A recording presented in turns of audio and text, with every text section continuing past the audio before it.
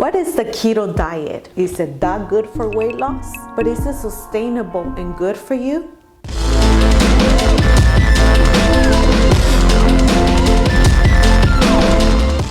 Hello everybody, welcome to the channel. My name is Nancy. I am your personal trainer, fitness instructor, Spartan, and health coach at your fingertips. And today we're going to be covering all the facts about keto, and I'll share my own experience with it. Keto is a high-fat, moderate protein, low-carb diet. It's been around for a little over 100 years. Doctors back then recommended it to patients with diabetes or epilepsy. It became popular about 30 years ago as a weight loss method. I started using it, trying it about 10 years ago. The goal here is to exchange glucose calories with fat calories. Your body has to switch to using fat for fuel. That's when it enters this ketosis metabolic state. In order for your body to do that, it'll need 75% fat, 20% protein, and 5% carbs. I know it sounds so dramatic and drastic to just have 5% of carbohydrates when we are so used to having so many delicious carbohydrate-based foods. I'll be talking more about the modified version of this keto diet, so make sure that you subscribe and ring the bell so you'll be notified. And these are some of the foods that you can have: cheese, eggs, meat, fish, poultry, nuts and seeds, and one of my favorite, dark chocolate. And of course, you can have the non-starchy vegetables and fruits. Are you going to start the keto diet? Have you been doing it for a while? Or perhaps you're in the middle of doing it? Let us know in the description box below. I'm sure that we will benefit from your experience. Those that are new, would love to hear about it. And if you have an experience with it, good or bad, let us know. Pros and the cons. I'll be sharing both, okay? And of course, I'll share more about my own experience with keto and what I experienced, the good and the bad. Let's start with the pros. 1, weight loss. 2, increased energy. 3, you will no longer have these crazy sweet cravings. And 4, you are not going to have to deal with low-fat anything. Like my classes. All right, so I have to give you the good and the bad. I talked about the pros, now let's get to the cons. And I'm going to share some of the things that I lived, some of the things that benefited me, and the ones that not so much. All right, so your first con is difficult to sustain. In my opinion, it should be done for a period of time. I did it and I lost the weight. Of course, I got some of the things that I wasn't expecting.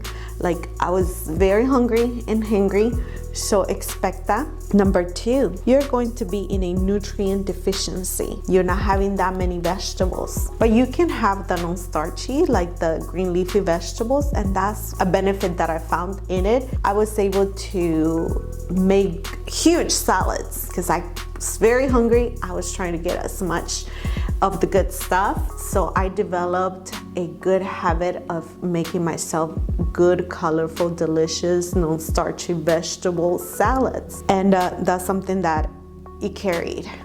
I continue it, and I hope you do that. Talking about goals, if you are really interested in moving forward with your fitness or health goal, I'll be leaving a link in the description box below on my freebie on how to apply the 4 pillars of a successful fitness goal that I'm sure is going to be very helpful. These pillars are needed if you are really wanting to speed up the process or start up the process. Something that I love about this diet is that you can have your fats. And the fat that I loved was the sour cream and the cheeses. So I was like, oh, I love this. Even though I couldn't have my tortillas or my bread, I was able to have the guacamole and the sour cream. But the downside of this is it could have a negative impact on your heart, and that is the con number 3. So be careful with that. I did develop some offbeat palpitations during that time. It wasn't consistent, but from time to time I will feel it.